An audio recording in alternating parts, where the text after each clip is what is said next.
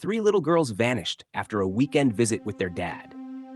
By Monday, deputies searching the Icicle Creek area near Leavenworth, Washington, found their truck empty and the sisters' bodies nearby.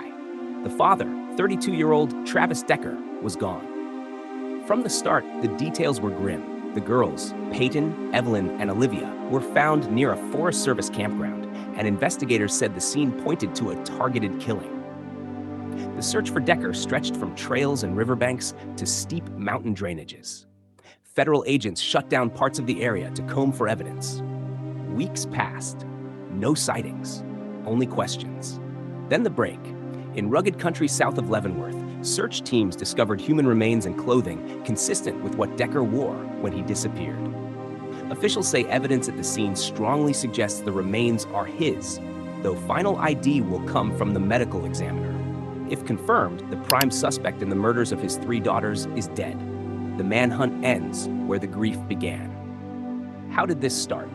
Court filings show a family in crisis before that weekend, a custody dispute, warnings about Decker's instability, and a rapid unraveling in the days leading up to the trip. None of it stopped the handoff. By the time alarms were raised, it was too late. How did we get here? Investigators built a timeline from the girls' pickup on Friday to the discovery on Monday.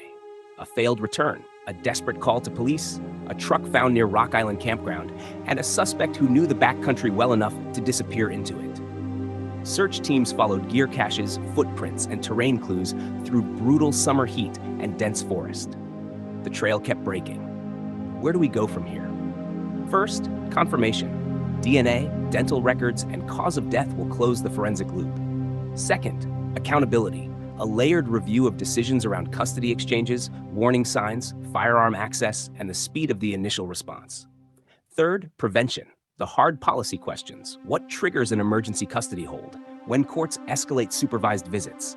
How agencies share red flag information across systems before a weekend turns fatal? This story is no longer a search, it's a reckoning. If the remains are Decker's, there will be no trial. Only findings, reforms, and a larger question for every jurisdiction that watched this unfold. When family violence flashes red, on paper, in court, at the handoff, who has the power to slam the brakes, and why didn't they use it here? This is Real Time Stories.